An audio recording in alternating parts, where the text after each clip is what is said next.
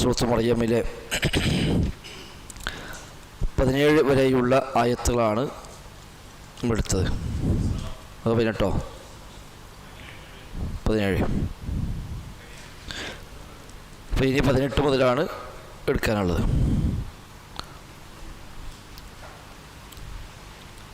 أعوذ بالله من الشيطان الرجيم.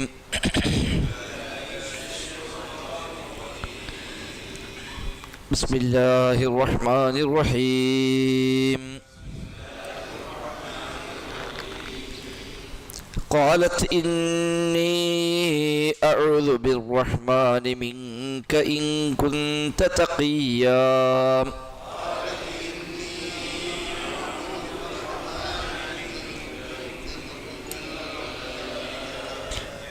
قال إنما أنا رسول ربك لأهب لك غلاما زكيا.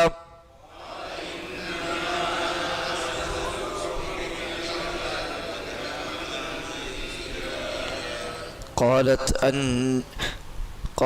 أنى يكون لي غلام ولم يمسسني بشر ولم أك بغيا.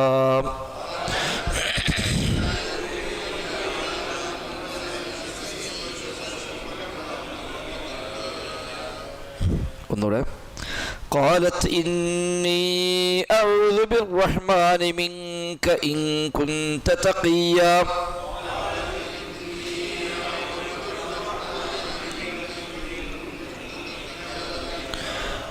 قال إنما أنا رسول ربك لأهب لك غلاما زكيا.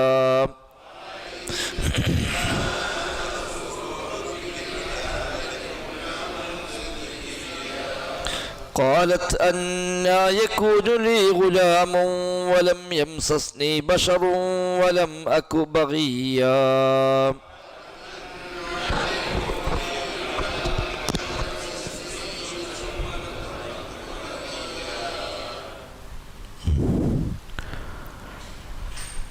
കഴിഞ്ഞ ആയത്തുകളിൽ പറഞ്ഞത് മറിയം അലൈഹിസ്സലാം അവർ കിഴക്കൻ ഭാഗത്തേക്ക് മാറി അവിടെ ആളുകളിൽ നിന്ന് മറ സ്വീകരിച്ച് ആരാധനകളിൽ അവർ മുഴുകി. അവിടെ അല്ലാഹു തആല ജിബ്രീൽ ഇസ്ലാമിനെ പറഞ്ഞയക്കുകയും അദ്ദേഹം ഒരു പൂർണ്ണ മനുഷ്യനായി അവർക്ക് മുമ്പിൽ പ്രത്യക്ഷപ്പെടുകയും ചെയ്തു. ഫതമസ്സല ലഹാ ബശറൻ സവിയ്യ, ലക്ഷണമൊത്ത പൂർണ്ണമായ ഒരു മനുഷ്യനായി അവർക്ക് മുമ്പിൽ പ്രത്യക്ഷപ്പെട്ടു. ഖാലത് ഇന്നി അഊദു ബിർറഹ്മാനി മിൻക ഇൻ കുൻത തഖിയ്യാ. അപ്പം ഈ മനുഷ്യൻ മുമ്പിൽ വന്ന് നിൽക്കുമ്പോൾ ആ മറിയം ബീവിയുടെ പ്രതികരണമാണ് ഈ ആയത്ത്. അവർ പള്ളിയുടെ കിഴക്ക് ഭാഗത്ത് പ്രത്യേകമായൊരു മറ സ്വീകരിച്ച് ആ മറക്കുള്ളിൽ ആരാധനകളിൽ മുഴുകുന്നു. അപ്പോൾ ആ മറ സ്വീകരിച്ച് നിൽക്കുന്ന ആ റൂമിൽ അല്ലെങ്കിൽ ആ മറക്കുള്ളിൽ അവിടെ ഒരു മനുഷ്യൻ കയറി വരികയാണ്. സ്വാഭാവികമായും ആരായാലും ബേജാറാവും. അതാണ് ഇവർ പറയുന്ന മറുപടി.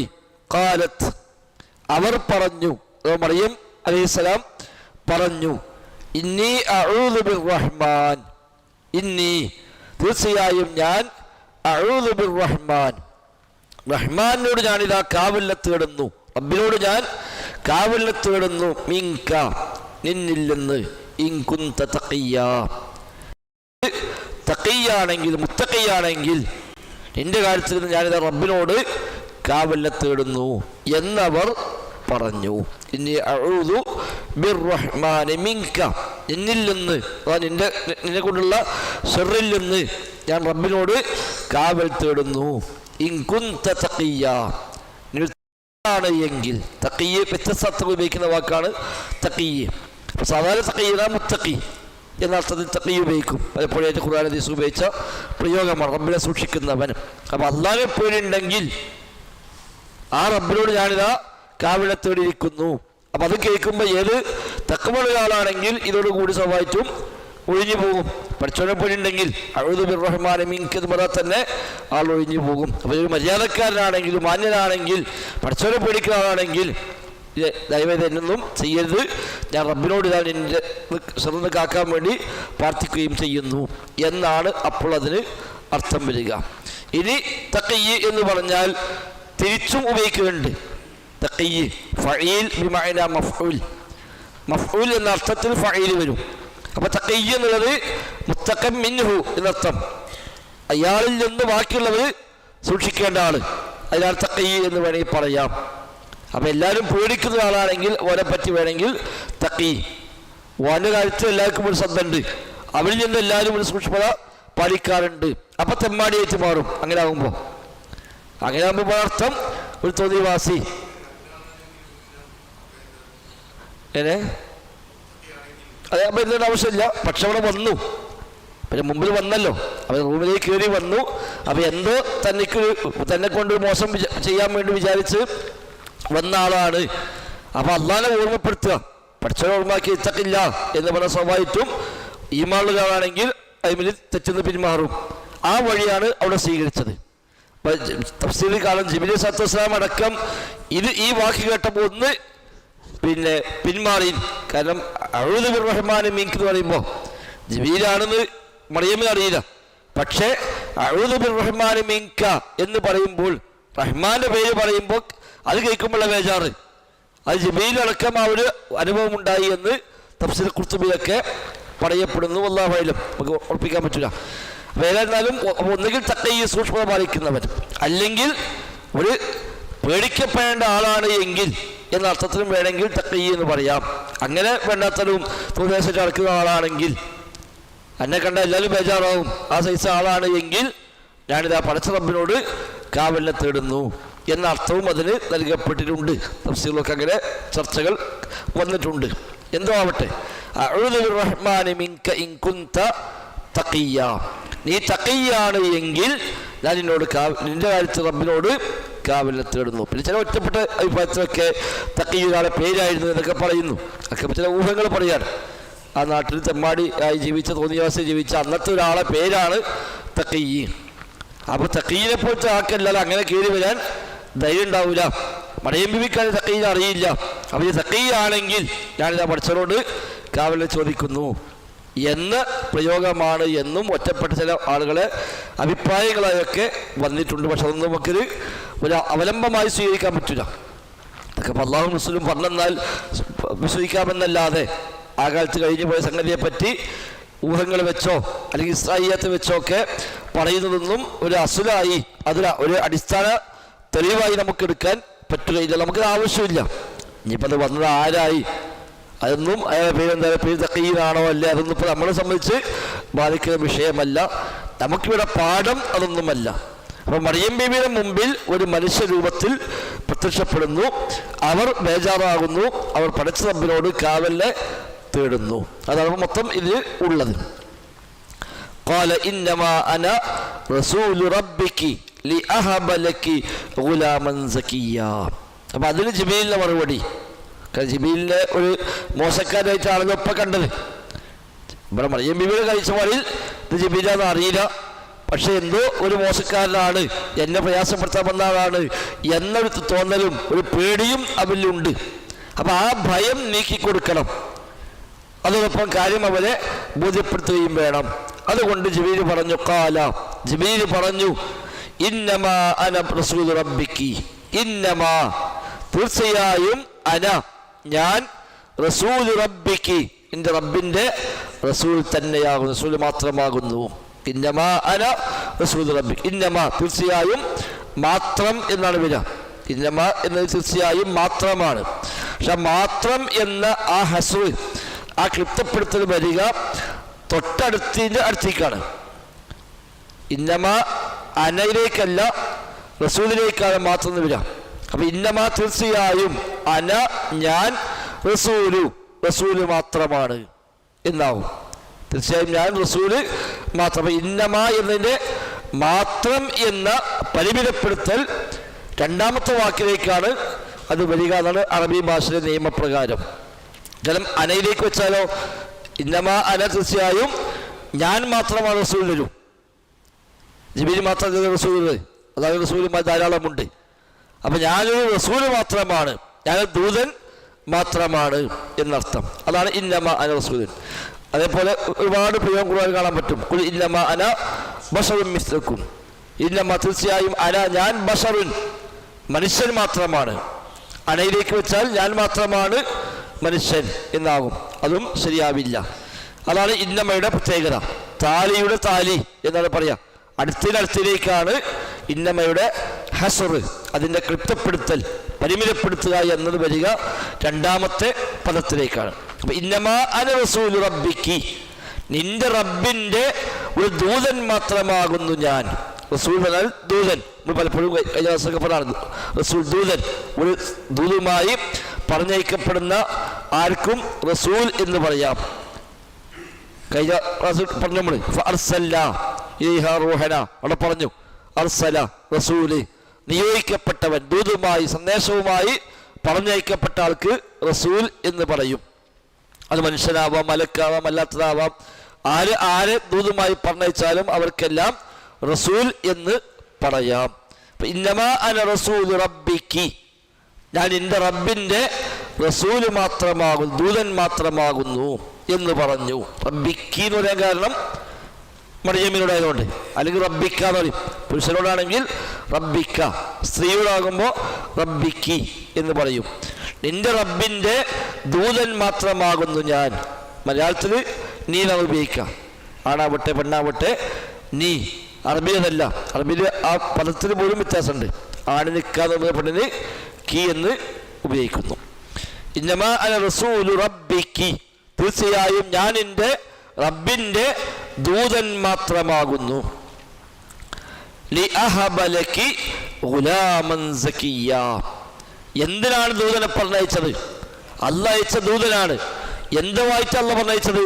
ലിഅഹബ ലകി, നിനക്ക് ഞാൻ നൽകുവാൻ വേണ്ടി. ലിഅഹബ ലകി, നിനക്ക് ഞാൻ നൽകുവാൻ വേണ്ടി. വഹബ, വഹബ യഹബു, വഹബ ഹിബത്ത്, വഹബ നൽകി, വഹബ ഹിബത്ത്, വഹാബ്, വഹബ മുളാരി യഹബു നൽകുക, വഹബ യഹബു ഇതിനാണ് ഹിബത്ത്, ദാനം, ഗിഫ്റ്റ്. ഹിബത്ത്, ഗിഫ്റ്റിനാണ് ഹിബത്ത് എന്ന് പറയാ, ഹദിയ. ലിഅഹബ ലകി, നിനക്ക് ഞാൻ നൽകുവാനായി. ഗുലാമൻ സകിയ്യ, പരിശുദ്ധനായ ഒരു കുട്ടിയെ നിനക്ക് നൽകുവാനായി അള്ളാഹു നിയോഗിച്ച ദൂതനാകുന്നു ഞാൻ എന്ന് പറഞ്ഞു. ഇന്നമാ അന റസൂലു റബ്ബികി ലിഅഹബ ലകി ഗുലാമൻ സകിയ്യ, സകിയ്യായ പരിശുദ്ധനായ ഒരു കുട്ടിയെ നിനക്ക് ദാനമായി നൽകുവാനായി അള്ളാഹു നിയോഗിച്ച ദൂതനാകുന്നു ഞാൻ. ലിഅഹബ ലകി, ചില ഖിറാഅത്തുകളിൽ ലിയഹബ ലകി എന്നുമുണ്ട്. അവിടെ വർഷ നാഫിഇൻ എന്ന് വന്ന ഖിറാഅത്തിൽ ലിയഹബ ലകി എന്നാണ്. അർത്ഥം എന്താവും? ലിയഹബ, അവൻ നൽകുവാൻ വേണ്ടി, അള്ളാഹു നൽകാനായർത്ഥം. അള്ളാഹ് എന്നെ ചോദിച്ചു എന്തിന്? ലിയഹബ ലകി, അവൻ നിനക്ക് കുട്ടിയെ തരാൻ, ഇവിടെ ഞാൻ നിനക്ക് നൽകാൻ എന്നാണ്. നൽകുന്നത് ജിബ്രീലല്ല, നൽകുന്നത് അള്ളാഹുവാണ്. പക്ഷെ നിയോഗിച്ചത് ജിബ്രീലിനെയാണ്, ദൂതനായി പറഞ്ഞയച്ചത് ജിബ്രീലിനെ. അപ്പൊ ജിബ്രീലിന്റെ കയ്യാൽ, ജിബ്രീൽ കാരണമായിക്കൊണ്ടാണ് അവിടെ ഈ കാര്യം ഉണ്ടാകുന്നത്. അതുകൊണ്ടാണ് ജിബ്രീലിലേക്ക് ചേർത്തി പറഞ്ഞത്. ഒരു കാര്യം ചെയ്യുക എന്ന് പറയുമ്പോൾ അയാൾ നിൽക്കുന്നത് ചെയ്യണം എന്നില്ല. അയാൾ അതിന് കാരണക്കാരനായാലും പറയാം. അയാൾ അത് കാരണക്കാരായി, ഇപ്പൊ ഓനാണ് എന്നെ പഴിപ്പിച്ചത് എന്ന് പറയും, ഓൻ പഴിപ്പിക്കുന്നല്ലോ. പക്ഷെ അവൻ കാരണമായിട്ടാണ് പഴിച്ചു പോയത് എന്നർത്ഥം. ഖുർആൻ വിഗ്രഹത്തെ പറ്റി ഇബ്രാഹിം നബിയുടെ പ്രയോഗം, റബ്ബി ഇന്നഹുന്ന, പഠിച്ചോലെ ഈ വിഗ്രഹങ്ങളെല്ലാം അദ്ലല്ല കസീറ, ധാരാളം മനുഷ്യന്മാരെ വഴിപഴിപ്പിച്ചിരിക്കുന്നു. വിഗ്രഹം ഒരാളും വഴിപഴിപ്പിക്കൂല, പക്ഷെ വിഗ്രഹം വഴിപഴിക്കാൻ നിമിത്തമായി മാറും, കാരണമായി മാറും എന്ന പോലെയുള്ള പ്രയോഗമാണ് ഇവിടെ. തഫ്സീർ റാസിലൊക്കെ ഈ മറ്റേ ആ ആയത്തടക്കം എടുത്തു കൊടുത്തുകൊണ്ട് ആ പ്രയോഗമാണ് ഇവിടെ. ലിഅഹബ ലകി, നിനക്ക് ഞാൻ നൽകുവാൻ. അതല്ലാതെ കുട്ടിയെ നൽകുക എന്നുള്ളത് ജിബ്രീലിന് കഴിയുന്ന കാര്യമല്ല. കുട്ടിയെ നൽകുക, അവിടെ ഖൽഖ്, സൃഷ്ടിപ്പ്, അതേപോലെ രൂപപ്പെടുത്തുക, റൂഹിനെ കൊടുക്കുക, ഇങ്ങനെയുള്ള കാര്യങ്ങളൊക്കെ നടത്തുക എന്നത് അള്ളാഹുവിന് മാത്രം ചെയ്യാൻ പറ്റുന്ന കാര്യമാണ്. ഒരു പടപ്പിലും അതിന് ഉള്ള കുതിരത്തില്ല. റബ്ബ് അങ്ങനെ ആർക്കും മുട്ട് നൽകിയിട്ടുമില്ല. ഇമാം റാസിയൊക്കെ അതിൽ ഇജ്മാ കൊണ്ട് നടന്നത്, മുത്തസിയാക്കളിലെ കുറേ ദുർന്യായങ്ങൾ പറഞ്ഞുകൊണ്ട് ഇങ്ങനെ അള്ളാഹു അല്ലാത്ത ചേർത്തി പറയാറുള്ളതൊക്കെ. അപ്പോൾ അതിലേക്ക് റാസി പറഞ്ഞത് മുസ്ലിം ഉമ്മത്തിൻ്റെ ഇജ്മാ ഉണ്ട്, ഈ വക കാര്യങ്ങൾ അള്ളാഹുവിനല്ലാതെ കഴിയുകയില്ല, ഒരു സൃഷ്ടിയുടെ കഴിവിൽ പെട്ട കാര്യമല്ല എന്ന കാര്യത്തിൽ ഇജ്മാ ഉണ്ട്. അത് അള്ളാഹിൻ്റെ മാത്രം ഖുദ്റത്താണ്, അവൻ്റെ സിഫാത്താണ്. ഖൽഖ് സൃഷ്ടിപ്പ്, അതേപ്പെട്ടാണ് ഹിബത്ത്, സന്താനത്തെ നൽകുക എന്ന് പറയുമ്പോൾ ഒരു സന്താനത്തെ സൃഷ്ടിച്ച് രൂപപ്പെടുത്തി അത് ജീവൻ നൽകി ആ സന്താനം കുട്ടിയായി ദുനിയാവിലേക്ക് ജനിച്ചു വരണം. ഇത് അള്ളാഹ്ക്ക് മാത്രം കഴിയുന്ന കാര്യമാണ്. മനുഷ്യനോ മലക്കുകൾക്കോ അംബിയാവിനോ ഔലിയാവിനോ ആർക്കും ചെയ്യാൻ പറ്റുന്ന കാര്യമല്ല. അതുകൊണ്ട് ഇത് ജിബ്രീലിലേക്ക് ചേർത്തി പറഞ്ഞെങ്കിൽ ജിബ്രീൽ സല്ലല്ലാഹു അലൈഹി വസല്ലം ഒരു സബബ് എന്ന നിലയ്ക്ക് മാത്രമാണ്. ലി അഹബ ലക്കി എന്ന് പറഞ്ഞത് സബബിനെ മുസബബിലേക്ക് ചേർത്തി പറയും. ആ മരുന്ന് കഴിച്ചിട്ടാണ് രോഗം മാറിയത് എന്ന് പറയുന്ന പോലെ മരുന്നല്ല രോഗം മാറ്റി അള്ളയാണ്. പക്ഷെ മരുന്ന് രോഗം മാറാനുള്ള നിമിത്തം മാത്രം. അത് ആ ഡോക്ടറാണ് എൻ്റെ സോക്കേട് മാറ്റിയത് എന്ന് പറഞ്ഞാൽ ആ ഡോക്ടർ നിമിത്തമായിട്ടാണ് എൻ്റെ രോഗം മാറിയത് എന്നാണ് സാധാരണ മൂലമായി പറയും. അപ്പം പിന്നെ ഔലിയാക്കന്മാർ പറയുമ്പോൾ അങ്ങനെ പറഞ്ഞാൽ പോലെ മടവൂരാണ് കുട്ടിയെ തന്നത് എന്ന് പറഞ്ഞാൽ അതിപ്പോൾ ഇങ്ങനെ വിചാരിച്ചാൽ മതിയല്ലോ, മടവൂരിൻ്റെ പ്രാർത്ഥന കൊണ്ടാണ്, അല്ലെങ്കിൽ മടവൂരിൻ്റെ വാക്കുകൊണ്ടാണ്, മടവൂര് കാരണമായിട്ടാണ് എന്ന് പറഞ്ഞാൽ ശിർക്ക് വരില്ലല്ലോ എന്ന് അവർ ന്യായം പറയാറുണ്ട്. പക്ഷേ അങ്ങനെ വ്യാഖ്യാനിക്കുന്നത് എന്തുകൊണ്ടാണ്? മടവൂര് തരൂലാന്ന് വിശ്വാസം തരുകൊണ്ടാണോ? അല്ല, ഇവിടെ ഓരോ വിശ്വാസം മടവൂര് തരും തന്നെയാണ്. അയാളുടെ കഴിവല്ല കൊടുത്തിട്ടുണ്ട്, കൊടുത്ത കഴിവാണ്. മടവൂര് കുട്ടികളെ തരാൻ കഴിയും, ആണിനെ പെണ്ണാക്കാൻ പെണ്ണിനാക്കാനൊക്കെ കഴിയും എന്നാണ് ഓരോ വിശ്വാസം. അതല്ല, കൊടുത്ത കഴിവാണെന്നാ. എങ്കിൽ പിന്നെ കാരണമായിട്ടാണ് വ്യാഖ്യാനിച്ചുകൊണ്ടാണ് കാര്യമില്ല. കൊടുത്ത കഴിവാന്ന് പറഞ്ഞതോടുകൂടി പിന്നെ അത് കാരണമായിട്ടാണ് എന്നൊരു വ്യാഖ്യാനത്തിന് പ്രസക്തിയില്ല. എന്തുകൊണ്ടാണ് ഇങ്ങനെ വ്യാഖ്യാനം കൊടുക്കുന്നത്? ജിബ്രീലിന് ഒരു കുട്ടിയെ കൊടുക്കാൻ കഴിയില്ല, പക്ഷെ അഹബലക്കി എന്ന് പറയുന്നു. അപ്പൊ പിന്നെ അതെന്താണ്? ജിബ്രീൽ നിമിത്തമായിട്ടാണ്. മറ്റൊരുത്തരല്ല, മറ്റ് മുദബ്ബിർ ആലമാണ്, ലോകത്തിന്റെ നിയന്ത്രണം മൊത്തം മടവൂരിലെത്താണ്. അത് മടവൂരിന് കൊടുക്കാൻ കഴിയും. പിന്നെന്തിനാണ് മടവൂര് കാരണമായി കിട്ടി പറയണത്? യഥാർത്ഥ അർത്ഥം ഉദ്ദേശിക്കാൻ പറ്റുമെങ്കിൽ ആലങ്കാര അർത്ഥം കൊടുക്കേണ്ട കാര്യമില്ല. അലീബിനെ കഴിവില്ല എന്നൊരു സംഭവിക്കണം. അതിനെ കഴിവൊന്നുമില്ല, അതിനെ കഴിവ് കൊടുത്തിട്ടുമില്ല. അദ്ദേഹം ദ്വാരക്കും ആ ദ്വാര സ്വീകരിച്ചപ്പോൾ പഠിച്ചാൽ കൊടുത്തുകൂടില്ല എന്നുള്ളൂ, അല്ലാതെ ഓൽക്കാർക്കും അതിനെ കഴിയില്ല എന്ന് വന്നാൽ പിന്നെ കൊടുത്ത കഴിവ് പോയി, അതോടെ സമസ്തയും പോയി. കൊടുത്ത കഴിവ് പൊളിഞ്ഞാൽ എല്ലാം പൊളിഞ്ഞല്ലോ. കൊടുത്ത കഴിവിലാണ് എല്ലാം നിൽക്കുന്നത്. ഈ ജാറങ്ങളും അദൃശ്യമറിയലും അതിന് പേരുണ്ടായ മാരിയും മുഴുവൻ റാത്തീവും കുത്തുബിയത്തും ഒക്കെ നിൽക്കുന്നത് കൊടുത്ത കഴിവ് എന്നൊറ്റ ബേസിലാണ്. കൊടുത്ത കഴിവില്ലെങ്കിൽ പിന്നെ ആരും ചോദിക്കാൻ പോവില്ല. കഴിവ് കൊടുത്തു എന്ന് വന്നോടാണ് ചോദിക്കാൻ പോണത്, അല്ലെങ്കിൽ ചോദ്യമില്ലല്ലോ. അപ്പം ഇസ്തിഗാസ ഇല്ല, പിന്നെ തവസ്സുലില്ല. ഇസ്തിഗാസ ഇല്ലെങ്കിൽ പിന്നെ മാരിയും മുഴുവനും ആവശ്യമില്ല, അപചാരവും ഇല്ല, ഇതൊന്നുമില്ല. കൊടുത്ത കഴിവിലാണ് ഇതെല്ലാം നിലനിൽക്കുക. അപ്പോൾ ഓർക്കാൻ ന്യായം പറയാൻ വകുപ്പില്ല. ഒരു അസ്ല പ്രകാരം ഇവർക്കെല്ലാം നല്ല കഴിവ് കൊടുത്തിട്ടുണ്ട്. ആ കഴിവ് ഓർക്ക് യഥേഷ്ടം ഉപയോഗിക്കാൻ സ്വാതന്ത്ര്യവുമുണ്ട് എന്നാണ് ഇവരെ ന്യായം. ആ ന്യായം ഇല്ല, അത് അംഗീകരിക്കുന്ന കാലത്തോളം ഓർക്ക് ഇങ്ങനെ ഒരു തൽക്കാലം പറഞ്ഞൊപ്പിക്കാനൊട്ട് വകുപ്പുമില്ല. ഏതായാലും ഈ അഹബലേക്ക് ഞാൻ നിനക്ക് നൽകുവാൻ എന്ന് പറഞ്ഞാൽ അഴുത്ത വഹബ ഉപയോഗിക്കുന്നുണ്ട്. ശരിക്കും ഒരു മുത്തനാദിഫ് എന്ന് പറയുന്നത് അഴുത്ത ആകുമ്പോൾ എല്ലാ നൽകലും പെടും. അഴുത്ത എങ്ങനെ നൽകിയാലും അഴുത്ത എന്ന് പറയാം.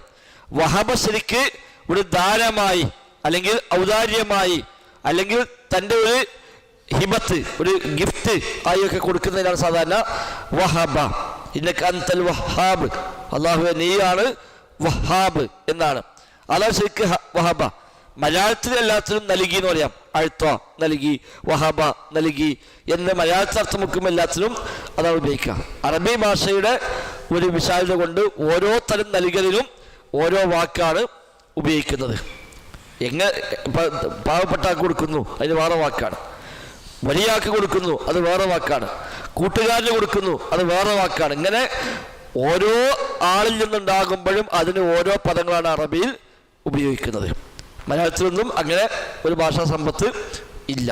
ഏത് കാര്യം, ഒരു കാര്യം രാവിലെ കൊടുത്തു അതിന് വേറെ വാക്കാണ്, അത് കഴിഞ്ഞ് ഒരു 9 മണി 10 മണി സമയത്ത് കൊടുത്ത വേറെ വാക്കാണ്, ഉച്ചയ്ക്ക് കൊടുത്താൽ മറ്റൊരു പദമാണ്, വൈകുന്നേരം കൊടുത്ത വേറെ പദമാണ്, രാത്രി കൊടുത്ത വേറെ പദം. അപ്പം ആ വാക്കെന്നറിയാം എപ്പോഴാണ് കൊടുത്തത്, ആരാ കൊടുത്തത്, ആർക്കാ കൊടുത്തത് എന്ന് ആ പദത്തിൽ നിന്ന് മനസ്സിലാവും. ബാക്കിയൊന്നും പറഞ്ഞ ആവശ്യമില്ല. അതാണ് അറബി ഭാഷ പ്രത്യേകത.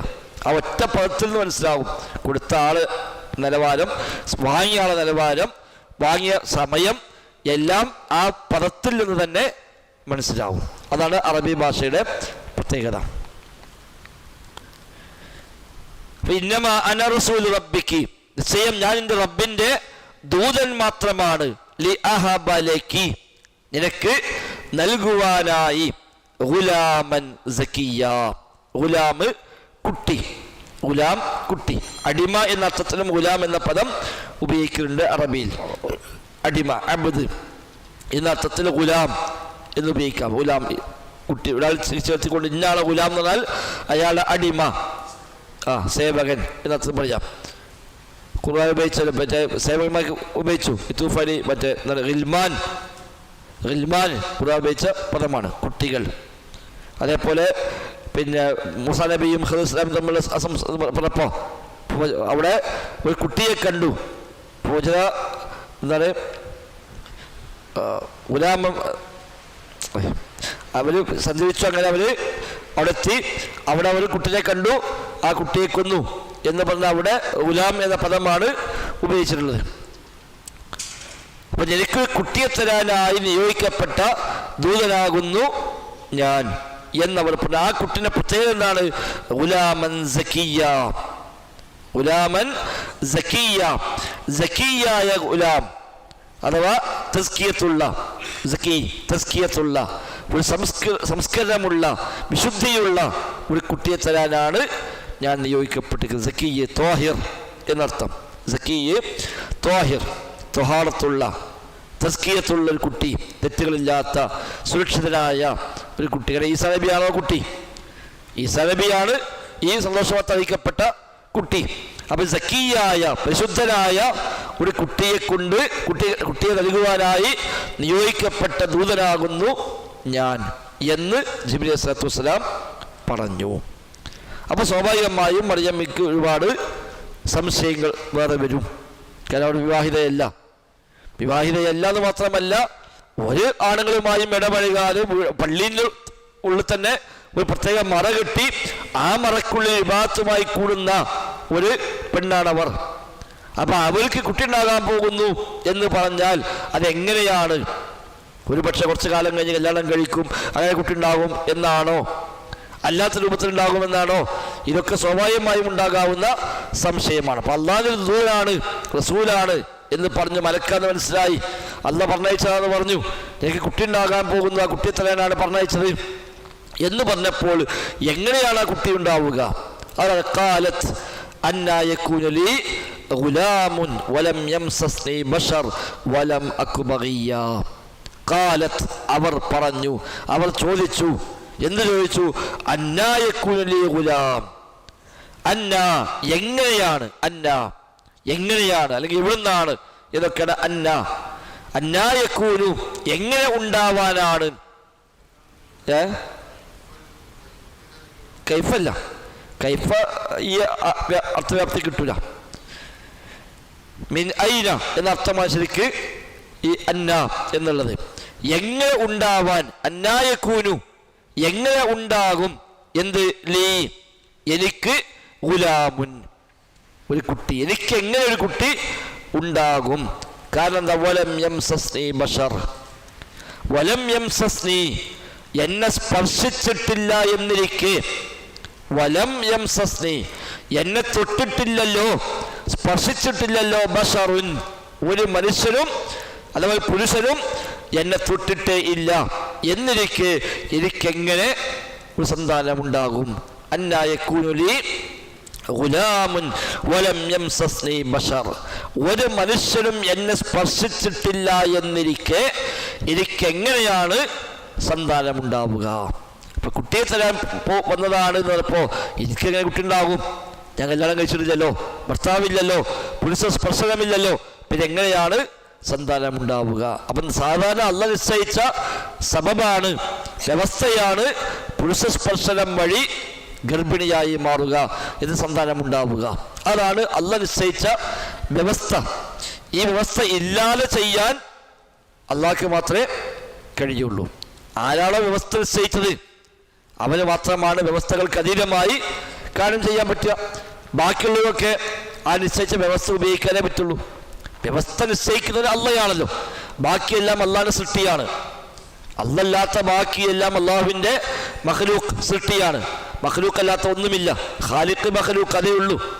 ഖാലിഖ് മഖ്ലൂഖ് സൃഷ്ടി സൃഷ്ടാവ് അതേ ഉള്ളൂ. അപ്പൊ അല്ല ഖാലിഖ്, ബാക്കിയോ എല്ലാം മഖ്ലൂഖ്. ഈ മഖ്ലൂഖുകൾ എങ്ങനെ വർത്തിക്കണം, അതിന് ഖാലിഖ് വെച്ച വ്യവസ്ഥ, അതാണ് കാര്യകാരണ ബന്ധം. ആ വ്യവസ്ഥ ഉപയോഗപ്പെടുത്തി പോകാൻ മാത്രമേ മഖ്ലൂഖിന് കഴിയുള്ളൂ. വ്യവസ്ഥയെ ഭേദിക്കാൻ മഖ്ലൂഖിന് കഴിയില്ല. വ്യവസ്ഥ വേണ്ടെന്നൊക്കാൻ സൃഷ്ടിക്ക് കഴിയുകയില്ല. വ്യവസ്ഥകൾക്ക് അതീതമായി ചെയ്യാൻ ഒരു സൃഷ്ടിക്ക് കഴിയുകയില്ല. അല്ല വെച്ച വ്യവസ്ഥയെ അംഗീകരിച്ചുകൊണ്ട് പോകാൻ മാത്രമേ സൃഷ്ടിക്ക് പറ്റുള്ളൂ. സൃഷ്ടാവിന് വ്യവസ്ഥ ഒന്നും വേണ്ട. അല്ല ഒരു കുട്ടിയെ കൊടുക്കാൻ ഉദ്ദേശിച്ചാൽ അല്ലാക്ക് ഒരു ആണും പെണ്ണും കൂടി ബന്ധപ്പെട്ടെങ്കിൽ ഓരോ ഗർഭാശയത്തിൽ കുട്ടി ഉണ്ടാക്കാൻ പറ്റുള്ളൂ എന്നുണ്ടോ? ഒന്നില്ല. അല്ലാക്കത് കഴിയും. അപ്പൊ അല്ല എങ്ങനെ ഉണ്ടാക്കും എന്നല്ല ഇവിടെ ചോദ്യം. എന്നാൽ സാധാരണ നിമിത്തം എന്ന നിലയ്ക്ക് ഇവിടെ പുരുഷസ്പർശനം ഉണ്ടായിട്ടില്ല എന്നിരിക്കെ ഒരു സന്താനം എങ്ങനെയാണ് എനിക്കുണ്ടാവുക? അതാണ് മറിയം ബീവിയുടെ ചോദ്യം. അപ്പൊ ദുനിയാവിൽ അല്ല വെച്ച കാര്യകാരണ ബന്ധം ഇവിടെ ഈ ആയത്തിലും ബോധ്യപ്പെടുന്നു. അതിനധീനമായി ചെയ്യാൻ അല്ലാഹ്ക്കേ കഴിയുള്ളൂ. ജിബ്രീലിന് പോലും കഴിയില്ല. അതുകൊണ്ടാണല്ലോ ഞാൻ നൽകാൻ ലി അഹബലക്കി എന്ന പ്രയോഗം വന്നപ്പോഴേക്ക് തഫ്സീറൊക്കെ അത് സബബ് എന്ന നിലയ്ക്ക് ചേർത്തി പറഞ്ഞതാണ്. അല്ലാതെ നൽകുന്നവൻ ജിബ്രീലല്ല. കാരണം ജിബ്രീലിനും കൊടുക്കാൻ കഴിയില്ല. ജിബ്രീലിന് പ്രത്യേകിച്ചൊക്കെ പറ്റില്ല. കാരണം ജിബ്രീൽ മനുഷ്യനല്ല, മലക്കാണ്. മലക്കുകൾ സ്ത്രീയോ പുരുഷനോ എന്നില്ല. മലക്കുകൾക്ക് വികാരമില്ല. മലക്കുകൾ അങ്ങനെ ലൈംഗിക ബന്ധത്തിൽ ഏർപ്പെടുകയില്ല. അതുകൊണ്ട് ഒരു മനുഷ്യന് പറ്റുന്ന പണി പോലും ഇക്കാര്യത്തിൽ ജിബ്രീലിന് പറ്റൂല. എന്നിട്ടും ഞാൻ നൽകാൻ എന്ന് പറഞ്ഞപ്പോൾ ആ പ്രയോഗത്തിന് പോലും തഫ്സീറിൽ ചർച്ചകൾ വന്നു. അത് ജിബ്രീൽ നൽകുമെന്നല്ല, ജിബ്രീൽ അല്ലാഹ് പറഞ്ഞതാണല്ലോ, ആ നിലക്ക് പറഞ്ഞതാണ്. അപ്പൊ സിസ്റ്റമിലാണ്, വ്യവസ്ഥയിലാണ് പുരുഷ സ്പർശനം വഴി സന്താനം ഉണ്ടാവുക. അത് ഹലാലായ വഴിക്കും ഉണ്ടാകാം, വഴിക്കും ഉണ്ടാകാം. രണ്ടും വ്യവസ്ഥയാണ്.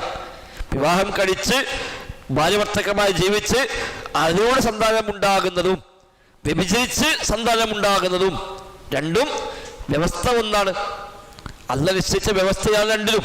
പക്ഷെ ഒന്നിൽ വ്യവസ്ഥയെ തെറ്റായ വഴിയിൽ ഉപയോഗപ്പെടുത്തി, മറ്റൊന്നിൽ വ്യവസ്ഥയെ ശരിയായ വഴിയിൽ ഉപയോഗപ്പെടുത്തി. അത് വ്യത്യാസമുള്ളൂ. വ്യഭിചരിച്ചാലും സന്താനം ഉണ്ടാകുന്നത് വ്യവസ്ഥയാണ്, വ്യവസ്ഥ പ്രകാരമാണ്. അത് ദുനിയാവിൽ അല്ലാഹ് വെച്ച കാലകാലം പിന്നെ അധീനമല്ല.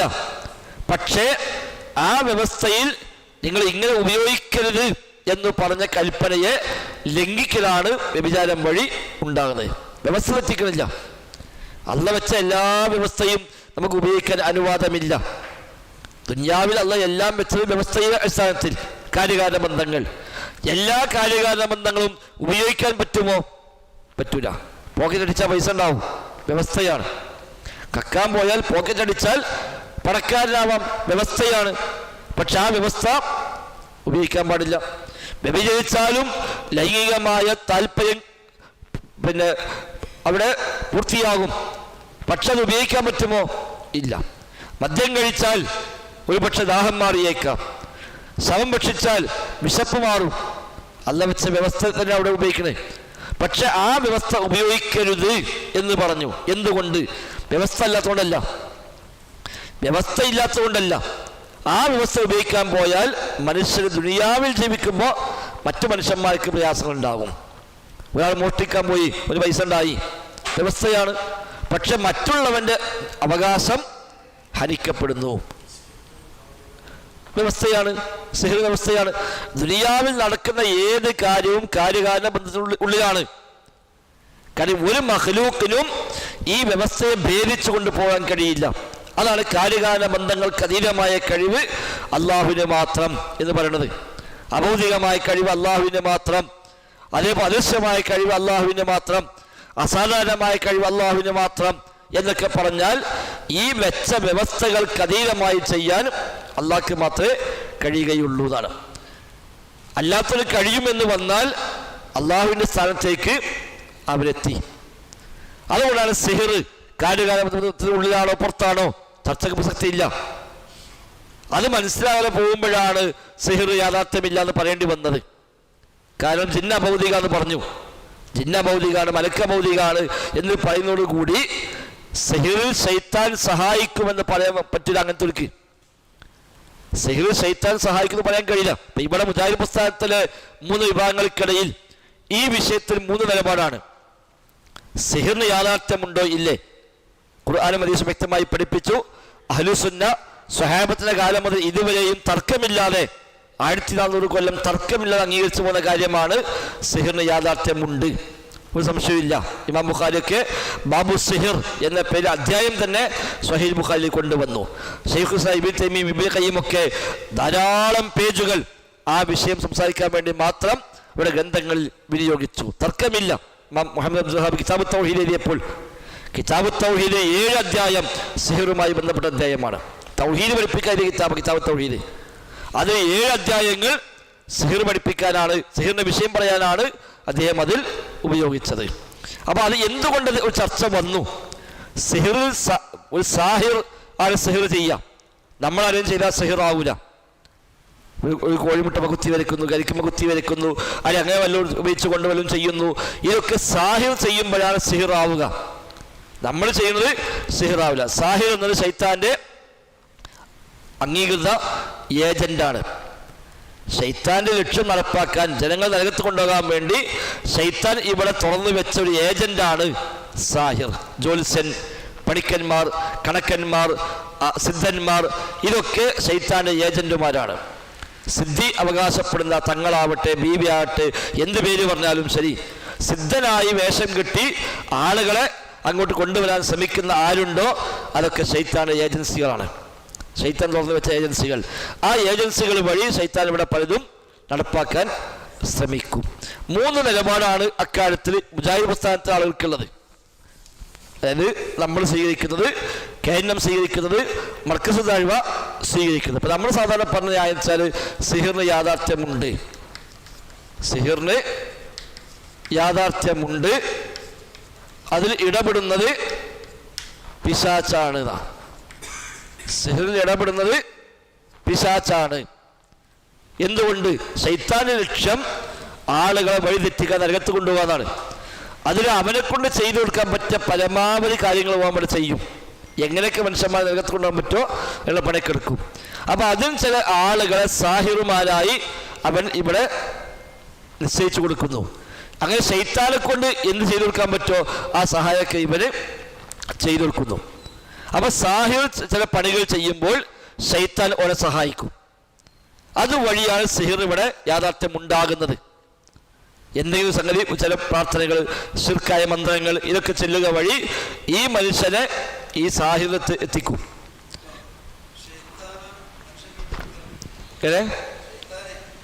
അല്ല, മനുഷ്യൻ ശൈത്താനെ കീഴ്പ്പെടുകയാണ്. മനുഷ്യൻ ശൈത്താനെ കീഴ്പ്പെടുക, ശൈത്താൻ എങ്ങനെ കീഴ്പ്പെടുത്തുക എന്നുള്ളതല്ല, ഇവിടെ അങ്ങോട്ട് കീഴ്പ്പെടുകയാണ്. അല്ല, കീഴ്പ്പെട്ടതുകൊണ്ടാണ് മനുഷ്യൻ ഓൻ അടിമായി കൊടുത്തു. അങ്ങോട്ടും ഇങ്ങോട്ടും സഹായിക്കാണ്, അങ്ങോട്ടും ഇങ്ങോട്ടും സഹായിക്കാണ്. കാരണം ഇവർ രണ്ടാളും ഒരേ ലക്ഷ്യത്തിൽ പോകുന്നവരായി മാറി. ശൈത്താന്റെ ഒരു ഏജൻസി തുറന്നു. അതോടുകൂടി ശൈത്താൻ എന്ന ഹെഡ് ഓഫീസിന്റെ ഉദ്ദേശം എന്താണ്?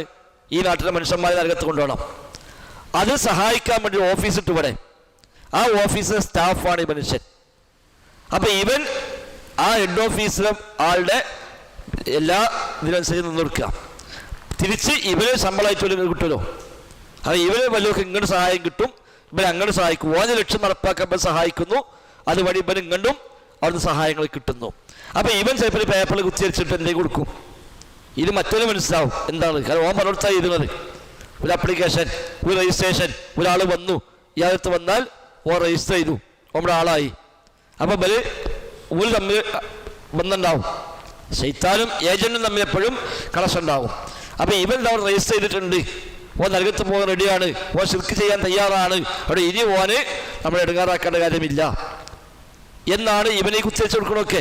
ഇത് അവർ തമ്മിലുള്ള കമ്മ്യൂണിക്കേഷനാണ്, സാഹിറും ശൈത്താനും തമ്മിലുള്ള കമ്മ്യൂണിക്കേഷനാണ്. അതുവഴി ശൈത്താൻ ചിലപ്പോൾ ഷെറ് നിർത്തിക്കൊടുക്കും, ചിലപ്പോൾ എന്തെങ്കിലും ചെയ്യാൻ പറ്റിയ ഇടങ്ങാറുകൾ ഉണ്ടാക്കും. അതുവഴി അവനെ തൗഹീദ് തെറ്റിച്ച് ഷിർക്കിൽ തന്നെ തളച്ചിടാൻ പറ്റും. ചില എല്ലാ അസുഖത്തോടും ഉണ്ടാകും. പനിച്ചാലാരും ഇങ്ങനത്തെ സമയത്ത് പോകില്ല. പനിച്ചാരെങ്കിലും പണക്കാട്ട് പോവുമോ? ഇല്ലല്ലോ, അത് ഡോക്ടർക്ക് പോവുക. എന്നാൽ കളഞ്ഞു പോയ വസ്തു കിട്ടാൻ, മുറാദ് ഹാസിലാവാൻ, അല്ലെങ്കിൽ കാരണമറിയാത്ത എന്തെങ്കിലും അസുഖമുണ്ട്, ഒരുപാട് ചികിത്സിച്ചു മാറുന്നില്ല, എന്നാൽ ഞാൻ എവിടെയും പോയി നോക്കുക എന്നറിയും. അല്ലാണ്ട് ഇപ്പം പറയാണ് ഉമ്മക്ക് പനിയായി, എന്നാൽ പണക്കാട്ട് പോയാൽ മതി, അല്ലെങ്കിൽ മറ്റേ തങ്ങളത്ത് പോയാൽ മതി, ഈ ഭീമിയത്ത് പോയാൽ മതി എന്ന് പറയില്ല. അത് നേരെ ഡോക്ടർക്ക് പോവാം. അപ്പം ഇവിടെ ശൈത്താൻ ഉണ്ടാക്കുന്ന ചില രോഗങ്ങളുണ്ട്.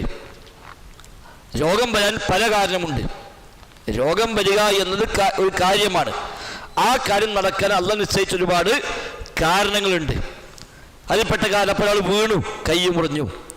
ആ വീഴ്ച അത് കൈ മുറിയാനുള്ള ഒരു കാരണമാണ്. ചിലപ്പോൾ കഴിക്കാൻ പാടില്ല എന്തെങ്കിലും എടുത്ത് തിന്നു, അത് രോഗമായി മാറും. വിഷം കഴിച്ചു, രോഗം ഉണ്ടാവും. അത് അള്ളാഹ് നിശ്ചയിച്ചൊരു കാരണമാണ്. എന്നതുപോലെ കാരണമാണ് പിശാച് ഇടപെട്ടുകൊണ്ട് രോഗമുണ്ടാവുക. ചിലപ്പോൾ ഇങ്ങനത്തെ ബാഹ്യമായ കാരണം ഒന്നുമില്ലാതെ രോഗം വരാം. ബാഹ്യമായ കാരണങ്ങളൊന്നുമില്ലാതെ. ബാഹ്യമായ കാരണമുണ്ടെങ്കിൽ ഒരു പക്ഷേ നമുക്ക് പരിശോധിക്കാൻ പോയാൽ ടെസ്റ്റ് ചെയ്താൽ കിട്ടും. ചിലപ്പോൾ ടെസ്റ്റ് ചെയ്തു, എല്ലാ ടെസ്റ്റും ഡോക്ടർമാർ നിങ്ങൾക്ക് ഒരു കുഴപ്പമില്ല അറിയും, ഒരു പ്രശ്നമില്ല, നമുക്ക് അസുഖം ഉണ്ട് താനും. അപ്പം എന്താ നമുക്കറിയാം. ഒരു പക്ഷെ അള്ളാഹു തആല പരീക്ഷാർത്ഥം കൊടുക്കാം. ഈ വക ബാഹ്യമായ കാരണമൊന്നുമില്ലാതെ ഒരു ദോഷം കൊടുക്കാൻ വേണ്ടി, ഒരു സ്വർഗം നൽകാൻ വേണ്ടി, കൂലി കിട്ടാൻ വേണ്ടി അള്ളാഹു പരീക്ഷാർത്ഥം ചിലപ്പോൾ ഒരാൾക്ക് രോഗം നൽകിയേക്കാം. അത് ടെസ്റ്റ് ചെയ്താൽ ചിലപ്പോൾ മനസ്സിലായിക്കൊള്ളുമെന്നില്ല. അപ്പം ശൈത്താൻ നിമിത്തമായി ഉണ്ടാകാവുന്ന രോഗങ്ങളുണ്ടാകും. അത്തരം രോഗങ്ങളാണ് മിക്കവാറും ഇങ്ങനത്തെ ആൾക്ക് എത്തുക. അപ്പം ഇവൻ്റെ ഓഫീസിലേക്ക് എത്തിന് ഈ രോഗം ശൈത്താൻ കൊടുത്തതിനാണ് ഓൻ നരകത്ത് കൊണ്ടുപോകാനാണ്. ഓ രോഗിയാവാൻ വേണ്ടിയില്ല, അവൻ നരകത്ത് കൊണ്ടുപോകാനാണ്.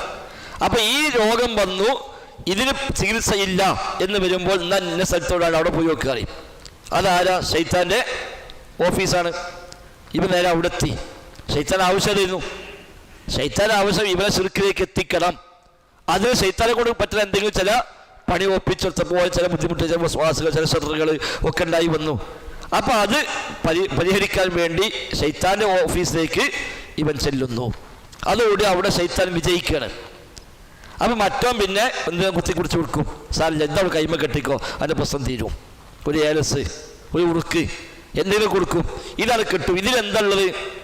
ശൈത്താനുമായുള്ള സാഹിറിൻ്റെ കമ്മ്യൂണിക്കേഷനാണ്. ഓ നമ്മൾ വന്നിട്ടുണ്ട്, രജിസ്റ്റർ ചെയ്തിട്ടുണ്ട്, ഓ റെഡിയാണ്, നരകത്തിലേക്ക് ഓരോ കിട്ടിയിട്ടുണ്ട്, ഇനി ഓരോ എടുക്കാറാക്കണ്ട. അപ്പം മതി, അത്യാവശ്യം. അപ്പോൾ ശൈത്താൻ ഓൻ ചെയ്തുകൊണ്ടിരിക്കുന്ന ആ ഉപദ്രവം നിർത്തിവെക്കും. അപ്പം ഇവൻ എന്താ വിചാരിക്കുക? ആ തങ്ങളെ ഏൽസിട്ടോടുകൂടി എൻ്റെ അസുഖം മാറി. സംഗതി അസുഖം മാറിയതല്ല, ഓൻ നരകത്തേക്ക് അവിടെ പേര് രജിസ്റ്റർ ചെയ്ത് ഞാൻ റെഡിയാണ്, നരകത്ത് പോരാം, എന്നെ എടുക്കാറാക്കരുത് എന്നാണ് പറയുന്നത്. ഈ രോഗം ഇങ്ങനെ മാറിയവർക്കൊന്നും ജീവിതകാലത്തേക്ക് എന്നേക്കുമായി മാറാറില്ല. കാരണം ഓൻ മരിക്കുന്നവരെ ശിർക്കിൽ നിൽക്കുമെന്ന് ശൈത്താന് ഉറപ്പ് വേണം. അതുകൊണ്ട് അവൻ ഇനി കുതിരിച്ചാടി പോകാതിരിക്കാനുള്ള പണി ചെയ്തുകൊണ്ടേയിരിക്കും. അപ്പോൾ ഈ എൽസെറ്റ് മാറും. ഒരു 5-6 മാസം, ഒരു കൊല്ലങ്ങൾ കഴിയുമ്പോൾ പിന്നെ ഇങ്ങനെ തുടങ്ങി രണ്ടാമത് വരിക. അപ്പം പോയി അന്ന് തങ്ങളെടുത്ത് പോയിട്ടാൽ മാറിയത്, അവിടെ പോയി നോക്കുക അറിയും. വേഗം അവിടെ ചെല്ലും. അപ്പം അത് സാരമില്ല, തങ്ങൾ പാടം എഴുതി കൊടുക്കുന്നത് കിട്ടിക്കോ അറിയും. റിനീവലാണ്. ഈ കാലാവധി കഴിയുമ്പോൾ ഒന്നിങ്ങനെ പുതുക്കിക്കൊണ്ടേയിരിക്കണം. ഓൻ വിട്ടുപോയിട്ടില്ല, ഓൻ ശിർക്കിന്ന് തൗഹീദിലേക്ക് മടങ്ങിയിട്ടില്ല എന്ന് ഉറപ്പിച്ച് അങ്ങനെ മരിക്കോൾ അങ്ങനെ കൊണ്ടുപോകും. ഇടയ്ക്കിടയ്ക്ക് ഒന്ന് കുത്തുവനെ, അപ്പോൾ അവിടെ ചെല്ലും. പറഞ്ഞൊക്കെ പറഞ്ഞുതരാം. അപ്പം ഇടയ്ക്കൊന്ന് തോണ്ടുവനെ, അപ്പോഴേക്ക് അവിടെ ചെല്ലും. അപ്പം എന്തെങ്കിലും ഒരു ഉറുക്ക്, ഒരു ഏലസ്, ഒരു നൂല്, ഒരു ചരട്, ഒരു വെള്ളം എന്തെങ്കിലും കൊടുക്കും. അപ്പം അതവിടെ, അല്ലെങ്കിൽ ഒരു പേപ്പർ ഇതവിടെ പെരിൻ്റെ മുമ്പിൽ അവിടെ തൂക്കിക്കോളെ, വീടിൻ്റെ മുമ്പിൽ ഇതവിടെ ഒട്ടിച്ചാൽ മതി. അപ്പം പല വീട്ടിലും കാണാം ഇങ്ങനെ ഒരു ഫ്രെയിം വെച്ചിട്ടുണ്ട്. ഇത് ശൈത്താനുള്ള അപേക്ഷയാണ്. ഈ വീട് നമ്മളെ വീടാണ്, ഇവിടെ രജിസ്റ്റർ ചെയ്തിട്ടുണ്ട്, ഇനി ഇവിടെ പ്രശ്നം വരണ്ട. അപ്പം ആ വീട്ടിൽ പിന്നെ ശല്യപ്പെടുത്താൻ വരില്ല. കാരണം എന്താണ്? അതുപോലെ കിട്ടി, ഓനാ നേരം കൂടെ മറ്റേ വീട്ടിൽ പോകാലോ. അപ്പോൾ പല കടയിൽ, വണ്ടിയിൽ, വീട്ടിലൊക്കെയാണ് അങ്ങനെ എഴുതിച്ചത്. ഇതൊക്കെ യഥാർത്ഥത്തിൽ ശൈത്താനുള്ള അപേക്ഷകളാണ്. പോക്ക് വരവ്, ഓട്ടിട്ട് കൊടുക്കും. ഒരു ഓട്ടം, ഇവിടെ ഒരു ഓട്ട, അവിടെ ഒരു ഓട്ട, അതോടെ സോക്കേട് മാറും. മാറുന്ന സോക്കേട് മാറും. കാരണം എന്താണ്, ശൈത്താൻ ഒരു എൻട്രൻസ് കൊടുത്തു. പിന്നെ കുഴപ്പമില്ല, ശൈത്താൻ ആവശ്യം ഒരു ഓട്ടമല്ല ആവശ്യം, ഓന് പോകാൻ ഓട്ടമാണെന്നില്ല, ശൈത്താന് പോകാൻ ആ ഓട്ടം വേണ്ട. പക്ഷേ ശൈത്താൻ ഇടിക്കണത്, അപ്പോൾ ഓനെ എന്ത് പറഞ്ഞാലും ചെയ്യാൻ റെഡിയാണ്. അതിനുള്ള ചില അടയാളം അതൊക്കെ. അപ്പോൾ ശൈത്താൻ മനസ്സിലായി ഈ വീട് നമ്മളെ വീടായിട്ടുണ്ട്, ഇനി ഓനെ ശല്യപ്പെടുത്തണ്ട, അപ്പോൾ നമ്മളെ ആശയക്കാരനാണ്. അതാണ് ഇതിൽ നടക്കുന്നത്. അല്ലാതെ ഒരു നൂലവിടെ വെച്ചാൽ നൂലുമെന്ന് ശ്രദ്ധയുണ്ടാവുകയാണോ? അല്ല. ഇവിടെ മർക്കസ് ഉള്ള ആളുകൾ കരിബിലാക്കലും അലിബരൊക്കെ ചോദിച്ചിരുന്നു, ഒരു കോഴിമുട്ട കൊണ്ടുപോയിട്ടാൽ ആ കോഴിമുട്ട ശ്രദ്ധയുണ്ടാകാന്ന്. കോഴിമുട്ടമെന്നല്ല ശ്രദ്ധ, ആ കോഴിമുട്ട വെറും കോഴിമുട്ട ഇടാൻ പറഞ്ഞല്ലോ, തിരക്കില്ല. ഈ തങ്ങന്മാർ പോയോ പീടിയിൽ കോഴിമുട്ട വാങ്ങിയിട്ട് അവിടെ കൊണ്ടുവച്ചാൽ അറിയോ? അത് പറയില്ല. കടയിൽ നിന്ന് കോഴിമുട്ട വാങ്ങിയിട്ട് അവിടെ കുഴിച്ചിട്ടാൽ മതി എന്ന് പറയില്ല. കോഴിമുട്ട വാങ്ങി അയാൾക്ക് ചെന്ന് അയാൾ അതിൽ പലതും ചെയ്ത് വെച്ചിട്ട് ഇത് കൊണ്ടുപോയിടാനാ പറയാം. കുപ്പി കെട്ടി തൂക്കാൻ പറയും, അതിൻ്റെ വലിയ കുപ്പിയുണ്ട്, ആ കുപ്പിയുണ്ട്, ആ കുപ്പി തൂക്കിയിട്ടാളെ എന്ന് പറയില്ല. തങ്ങൾ കൊടുക്കുന്ന സംഗതി ആ കുപ്പിയിലാക്കിയിട്ട് വേണം തൂക്കിയിടാൻ. അപ്പം അത് കേവലം കോഴിമുട്ടയല്ല, അത് ശൈത്താനുമായുള്ള കമ്മ്യൂണിക്കേഷനാണ്. അപ്പൊ ശൈത്താനാണ് അവിടെ എടുക്കാറാക്കാതെ ഈ കോഴിമുട്ടമെന്ന് സെറ് വരില്ല, ഈ കരിക്കുമെന്ന് സെറ് വരില്ല, ഇവനാണ്. അതാണ് ഒന്ന്. ഇതാണ് ഖുർആൻ ദിവസം പഠിപ്പിച്ച കാര്യം. സുലൈമാൻ എന്ന സൂറത്ത് ബഖറയിലെ 102-ാമത്തെ ആയത്ത്, സമാനമായ ഒരുപാട് ആയത്തുകൾ, അതൊക്കെ ഈ കാര്യം അറിയിക്കുന്നു. രണ്ട്, ഇവിടെ കേന്നമുകാർ പറയുന്ന വാദം എന്താ, സിഹിറിന് യാഥാർത്ഥ്യമുണ്ട്, സിഹിറിന് യാഥാർത്ഥ്യമുണ്ട്, പക്ഷെ ഇടപെടുന്നത് പിശാചല്ലാന്നാ. ഇടപെടുന്നത് പിശാചല്ല എന്നാണ് 2012 ശേഷമുള്ള വാദം. അതിന് മുമ്പത്തതല്ല. 2012 വാദം മാറ്റിയത് ഇടപെടുന്നത് ശൈത്താനല്ല. എന്തുകൊണ്ട് ഈ ശൈത്താൻ അല്ല എന്ന് പറയേണ്ടി വന്നു? പിശാച് അഭൗതിക എന്ന് പറഞ്ഞു. പിശാച് അഭൗതികമാണ്, ജിന്ന് അഭൗതികമാണ് എന്നവർ പറഞ്ഞു. മുമ്പത് പറഞ്ഞിട്ടില്ല. മുമ്പ് 2007 വിചിന്തനത്തിൽ വന്നത് ജിന്ന് അഭൗതികമാണ് എന്ന് ബുദ്ധിയും വിവേകമുള്ളവർ പറയുകയില്ല. ബുദ്ധിയും വിവേകവുമുള്ളവർ പറയുകയില്ല ജിന്ന് അഭൗതികമാണ് എന്ന് 2007 ലേഖനം വന്നു. അതേ വിചിന്തനത്തിൽ 2012 ലേഖനം വന്നു, ജിന്ന് ഭൗതികമല്ല, അഭൗതികം തന്നെ. 2007 ഫെബ്രുവരിയിൽ എഴുതി അഭൗതികമെന്ന് ബുദ്ധിയുള്ളവൻ പറയില്ല. 2012 ഫെബ്രുവരിയിൽ എഴുതി ജിന്ന് അഭൗതികം തന്നെ. അപ്പൊ അഭൗതികം എന്ന് പറഞ്ഞതോടുകൂടി പിശാച് ഇടപെടാൻ പറ്റൂല. പിശാച് ഇടപെട്ടാൽ അഭൗതികമായി ഇടപെടലായി. അഭൗതികമായി ഇടപെടാൻ അള്ളാഹുവിന് മാത്രമേ കഴിയുള്ളൂ എന്നാണ് മുജാഹിദീങ്ങൾ പണ്ടേ പറഞ്ഞു പഠിപ്പിച്ചവിടെ. അപ്പൊ ജിന്ന് അഭൗതികമാണ് വന്നതോടുകൂടി പിന്നെ ജിന്ന് ഇടപെടാൻ പറ്റൂല. അതുകൊണ്ട് മനുഷ്യന്റെ ഒരു ഇടയിലും ജിന്ന് ഇടപെടാൻ വകുപ്പില്ല. അപ്പൊ ചോദ്യം, അപ്പൊ സിഹിറില്ലേ? സിഹിർ ശൈത്താനല്ലേ? സിഹിർ ഇല്ല എന്ന് പറയാൻ ധൈര്യമില്ല. കുറച്ച് കഴിഞ്ഞാൽ പറയും, ഇപ്പൊ പറഞ്ഞിട്ടില്ല. സിഹിർ ഇല്ല എന്ന് പറയാൻ മാത്രം ഇപ്പം ആയിട്ടില്ല. അപ്പൊ സിഹിറിന് യാഥാർത്ഥ്യമുണ്ട്, ഇടപെടുന്നത് പിശാചല്ല. അപ്പൊ മറ്റൊരു ചോദിച്ച ചോദ്യത്തിൽ അവിടെ ബാക്കി വെക്കും. എങ്കിൽ പിന്നെ ഈ കോഴിമുട്ട കൊണ്ടുപോയിട്ടാൽ എങ്ങനെ സിഹിർ വരിക? അതിനുത്തരമില്ല. അപ്പൊ ഒരു ചോദ്യം ന്യായമാണ്. ഒരു നൂലേരി കെട്ടിയാൽ അതിന് എങ്ങനെ വല്ലതും കിട്ടുക?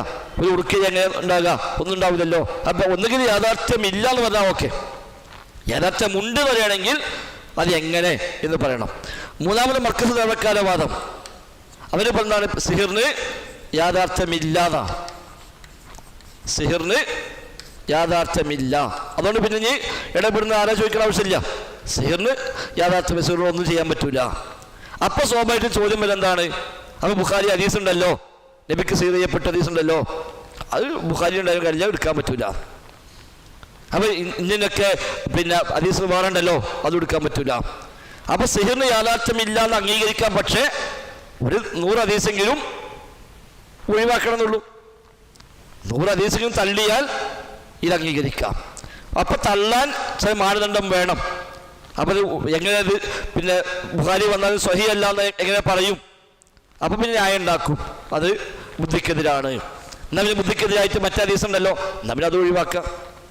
അങ്ങനെ വന്നപ്പോഴാണ് 1000-ലധികം ഹദീസുകൾ തള്ളേണ്ടി വന്നവർക്ക്. മർക്കസ് ദഅവ നിൽക്കണമെങ്കിൽ 1000 ഹദീസെങ്കിലും നിഷേധിക്കണം, അല്ലാതെ നിൽക്കാൻ കഴിയില്ല. എന്നാലും പറഞ്ഞ ന്യായമാണ്, ഈ ഹദീസൊക്കെ ഒഴിവാക്കണം എന്നുള്ളൂ. അതോടെ മൊത്തം ഹദീസിനുള്ള ബഹുമാനവും ആദരവൊക്കെ നഷ്ടപ്പെട്ടു പോകും. ഇതൊരിക്കലും ന്യായമല്ല. ഇവര് രണ്ടാം അത് ഒന്നുകിൽ ഇതിക്കെത്തിയ നഷ്ടം എന്തേ ഉള്ളൂ?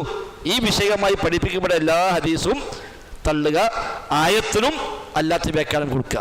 ഈ സിഹിറിൽ മാത്രമല്ല വരിക, അതേപോലെ മലക്ക് വിഷയത്തിൽ വരും. ജിന്നും മലക്ക് അഭൗതികമാണെന്നാണല്ലോ. അപ്പം മലക്ക് സഹായിക്കുമോ? സഹായിക്കുകയില്ല എന്ന് പറയേണ്ടി വരും. കാരണം സഹായിക്കുന്നു വന്നാൽ അഭൗതികമായി അതും പറ്റില്ല, ഉപദ്രവം ചെയ്യാൻ പറ്റില്ല. ജിന്നു ഉപദ്രവിക്കോ ശൈത്താൻ ഉപദ്രവിക്കോ അതും പറ്റില്ല. അപ്പോഴാണ് ഇവര് പറഞ്ഞത് വിശ്വാസം മാത്രമേ ഉണ്ടാക്കുള്ളൂ. അതും ഉണ്ടാക്കാൻ പറ്റുമോ? പറ്റൂതല്ലോ, അതും പറ്റൂതല്ലോ, അതൊരു ഉപദ്രവമല്ലേ. അപ്പം മൊത്തത്തിൽ പൊടിയും. അപ്പം ഒരുപാട് ആയത്തെ ദിവസം ഒഴിവാക്കേണ്ടി വരും. മാത്രമല്ല അബ്ദുസ്സലാം സ്വലമി പറഞ്ഞു ബദറിൽ മലക്ക് ഇറങ്ങിയിട്ടില്ല. കാരണം ബദറിൽ മലക്ക് ഇറങ്ങി യുദ്ധം ചെയ്തു എന്ന് പറഞ്ഞാൽ അഭൗതികമായി മലക്ക് ഇടപെട്ടതായി.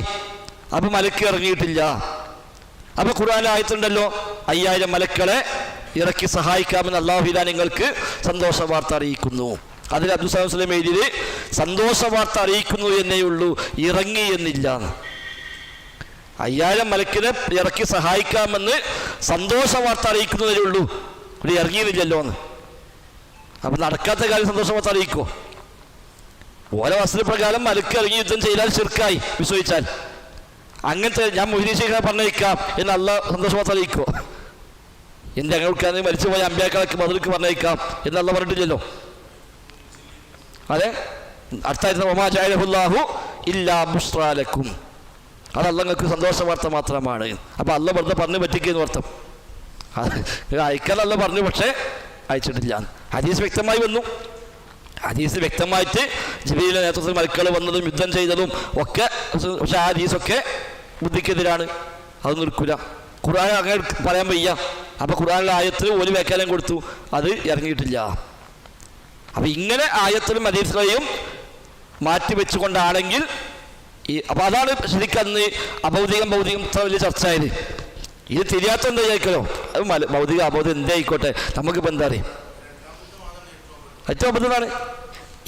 ഇത് ന്യായമാണ്, ഇസ്ലാമിൻ്റെ ആശയമല്ലെങ്കിലും പറഞ്ഞതിലും ഒരു ആത്മാർത്ഥമുണ്ട്. ഇതിനെതിരായി വന്ന ഹദീസൊക്കെ ഒഴിവാക്കി, അതൊരു മര്യാദയുള്ളൂ. പറഞ്ഞ വാദത്തിൽ നിന്നൊരു അതിന് പറ്റാത്ത ഹദീസ് ഏതുണ്ടോ ആ ഹദീസ് വേണ്ട. മറ്റേതല്ല, ഈ ഹദീസൊക്കെ എടുക്കും ചെയ്യും, എന്നാല് ഇത് പറയും ചെയ്യും. അത് പറയണില്ല, അത് നമുക്കറിയാം. അത് യാഥാർത്ഥ്യമുണ്ടത് അള്ളാഹു റസൂലും പറഞ്ഞു, നമ്മൾ വിശ്വസിക്കുന്നു. ബാക്കി നമ്മൾ നോക്കണ്ടെന്നറിയാം. ഇമാം ബുഖാരി സിഹിറിന്റെ ഹദീസ് കൊടുത്ത അധ്യായം തന്നെ ബാബു സിഫത്ത് ഇബ്ലീസ് വജുനൂദിഹി, ഇബ്ലീസിന്റെയും അവന്റെ സൈന്യങ്ങളുടെയും വിശേഷണം പറയുന്ന അധ്യായം. ആ അധ്യായത്തിലെ ഈ ഹദീസ് കൊടുത്തതിനെ അപ്പം അവരടക്കം അതാണ് അവിടെ പഠിപ്പിച്ചത്. മാത്രമല്ല ഇബ്നു ബാസൊക്കെ പറഞ്ഞത് ഇവിടെ പിശാച് ഉസ്താദാണ്, സാഹിർ ശിഷ്യനാണെന്നാ. ശൈത്താൻ ഉസ്താദ്, സാഹിർ അവന്റെ ശിഷ്യൻ, അതാണ് അവർ തമ്മിൽ നടക്കുന്ന കണക്ഷൻ എന്ന് വരെ പറഞ്ഞത് കാണാൻ കഴിയും. ഏതായിരുന്നാലും അത് മിക്കവാറും വിഷയത്തിൽ ഇപ്പൊ മാസപ്പിറവി വിഷയത്തിൽ ഇപ്പോൾ ഇതേപോലെ 3 നിലപാട് ഇപ്പൊ നമ്മൾ സ്വീകരിച്ചു പോകുന്നതാണ്. എല്ലാ മാസവും 29-ന് നമ്മൾ നോക്കുക, കണ്ടാൽ പിറ്റേന്ന് 1, കണ്ടില്ലേ പിറ്റേന്ന് 30. അത് എല്ലാ മാസവും നോക്കണം. അതിൻ്റെ അടിസ്ഥാനത്തിൽ അടുത്ത മാസം പിറന്നോ ഇല്ലെന്ന് പറയാൻ പറ്റുള്ളൂ. മർക്കസ് സേവക്കാൻ എന്താണ്, നോക്കേണ്ട ആവശ്യമില്ല, കണക്ക് കൊണ്ട് സ്ഥിരപ്പെട്ടാൽ മതി. മാസം അവിടെ ഉണ്ടോ ഇല്ലേന്ന് കണക്കൂട്ടി നോക്കുക. ഉണ്ടെന്നായാൽ മാസം മാറി നോക്കേണ്ട കാര്യം. ഇപ്പം നബിൻ്റെ കാലത്ത് കണ്ണോട് നോക്കി, ഇന്നത്തെ കാലത്ത് കണക്കോട് നോക്കിയാൽ മതി എന്നാണ് പോലെ പറഞ്ഞത്. ഇവര് പറഞ്ഞെന്താണ്, 3 മാസം നോക്കുക, 9 മാസം കണക്കൂട്ടുക. ഇതേപോലെ തന്നെ പോയത്താണ്. ഇപ്പോഴാണ് ഔദ്യോഗികമായി പ്രഖ്യാപിച്ചത്. 3 മാസം മാത്രമേ നോക്കുക, ബാക്കി 9 മാസം കലണ്ടർ പ്രകാരം ചെയ്തു പോയാൽ മതി. ഈ 3 മാസം അറിയണമെങ്കിൽ 9 മാസമുണ്ട്. ഇപ്പം റമളാൻ നോക്കുക, ശവ്വാൽ നോക്കുക, ദുൽഹിജ്ജ നോക്കുക. അപ്പം ഷഅബാൻ 29 നോക്കും. നാളെ മാസപ്പഴി ഉണ്ടോ ഇല്ലേ. ഷഅബാൻ 29 എന്നാണ് എഴുതാൻ കിട്ടുക.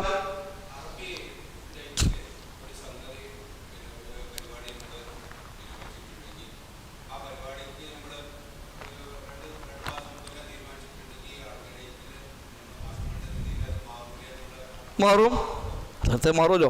എന്താ വിഷയം? അത് മാറണം. ഇസ്ലാമിൽ അങ്ങനത്തെ 2 മാസം നോമ്പൊഴിക്കണം.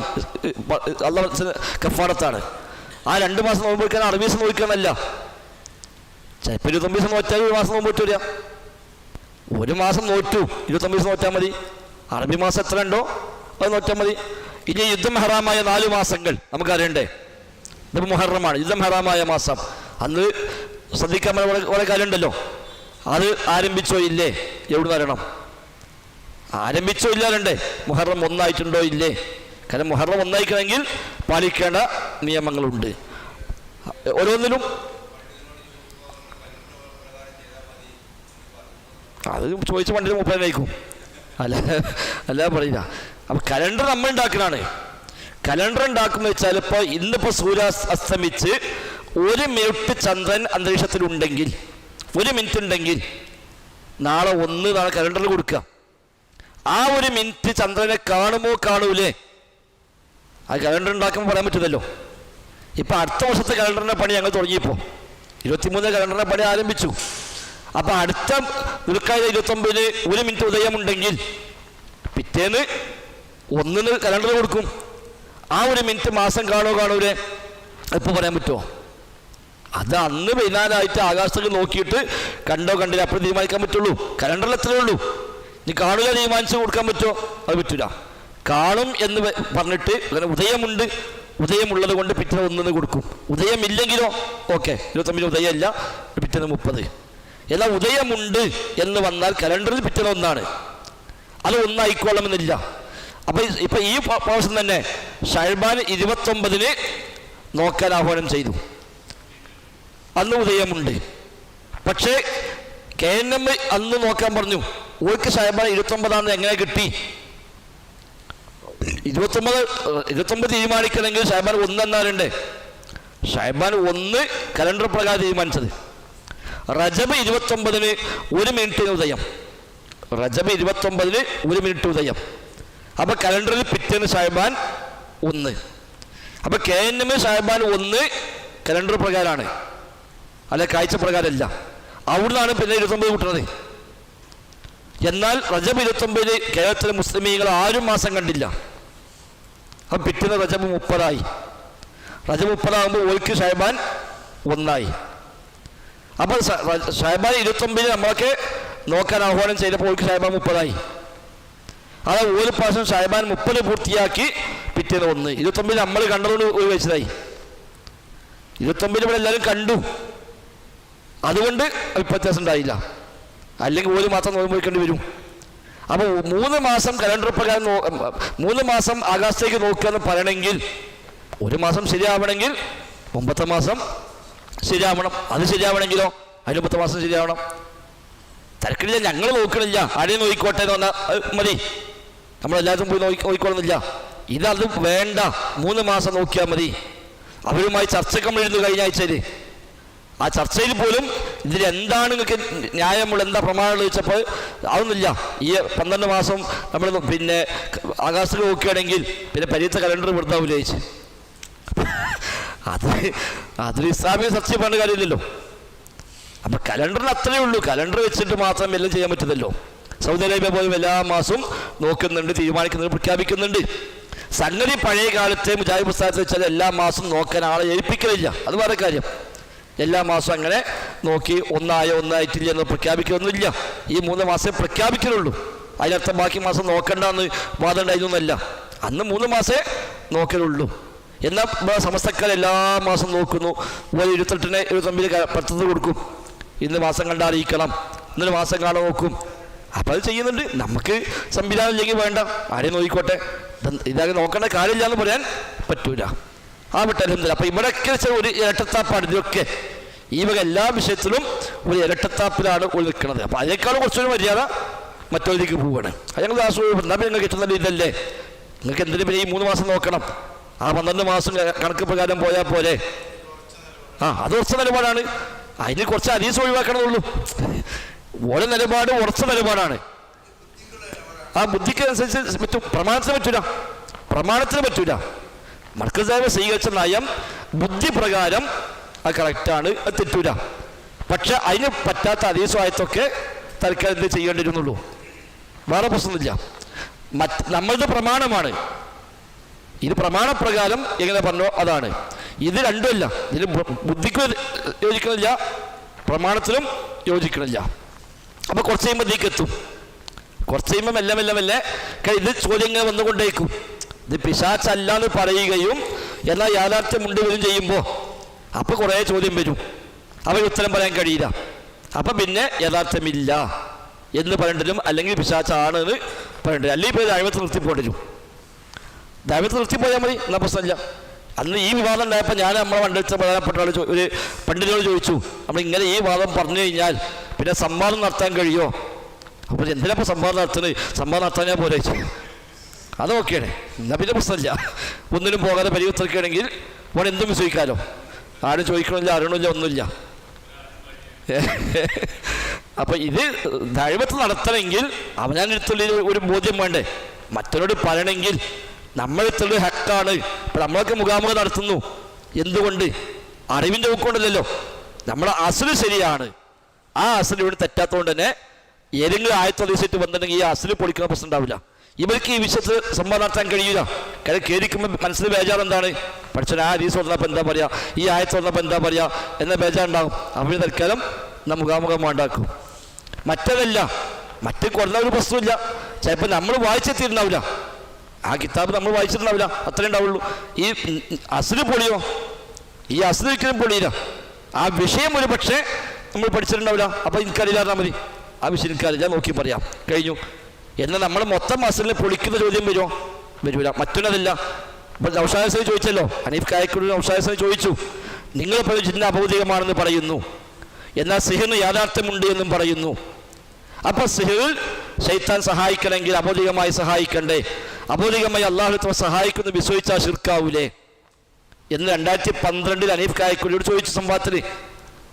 അഭൗതികമായി അള്ളാഹു സഹായിക്കൂല എന്നല്ല വിശ്വാസം.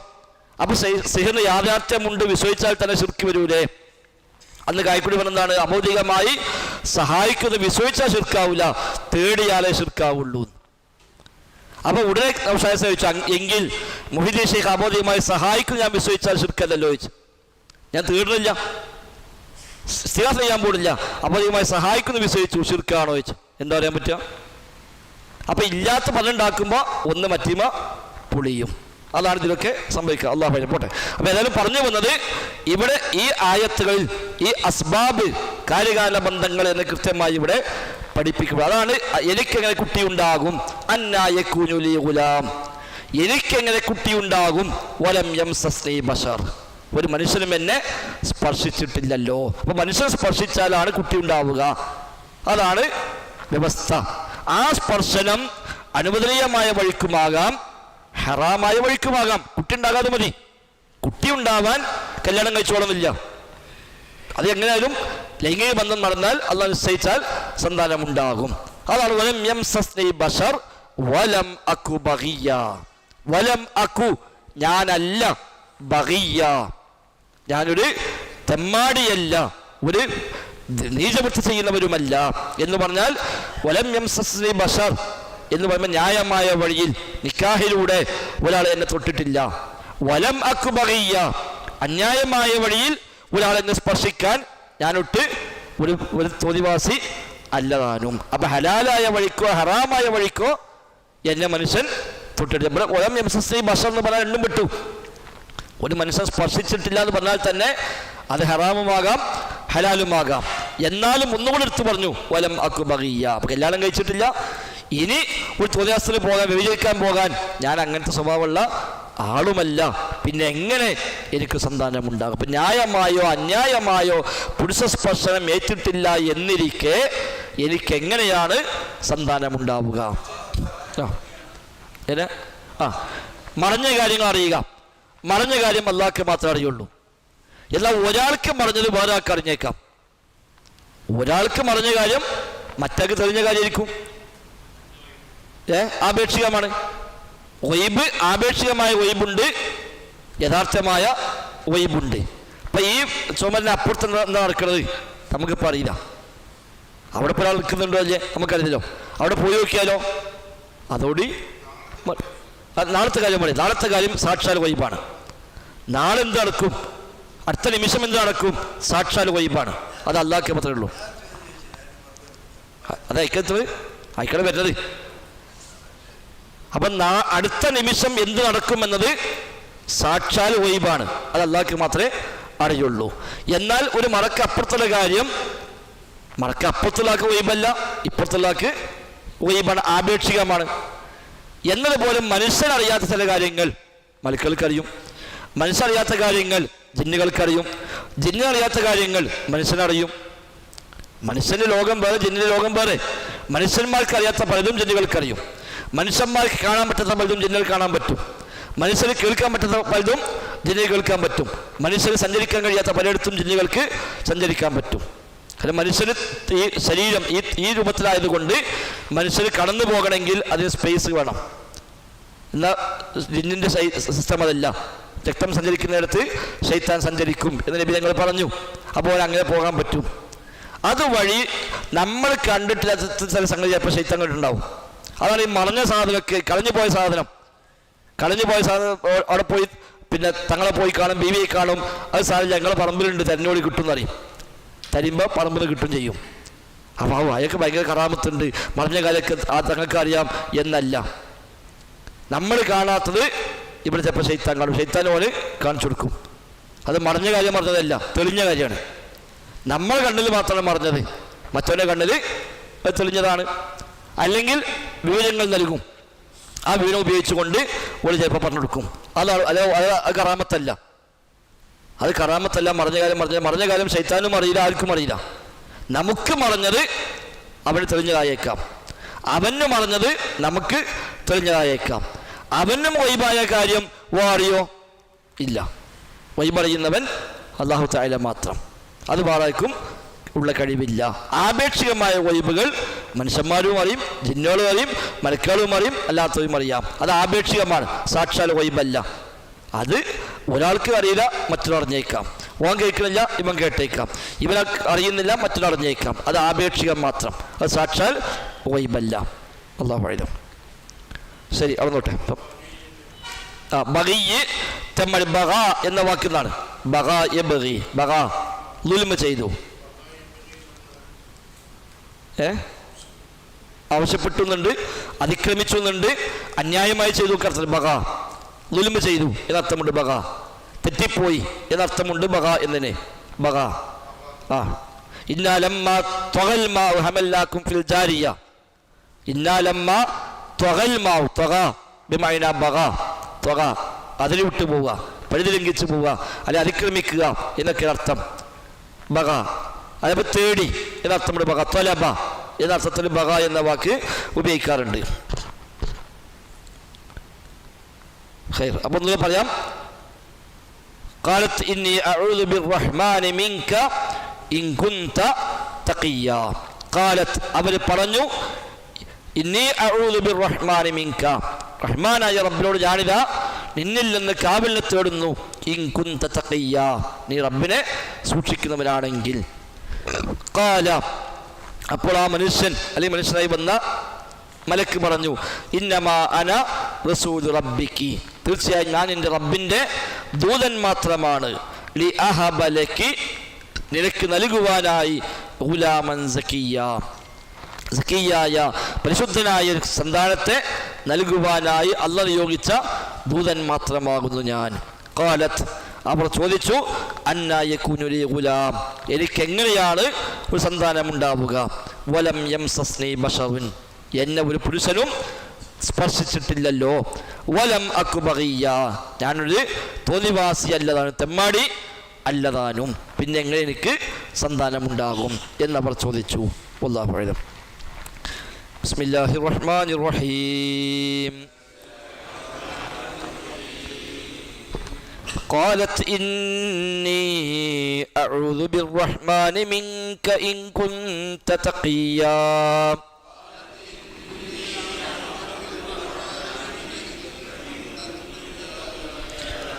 قال إنما أنا رسول ربك لأهب لك غلاما زكيا.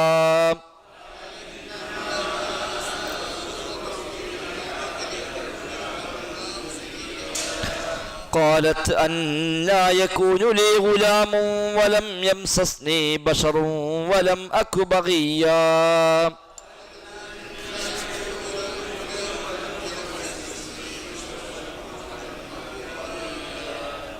سبحانك اللهم وبحمدك.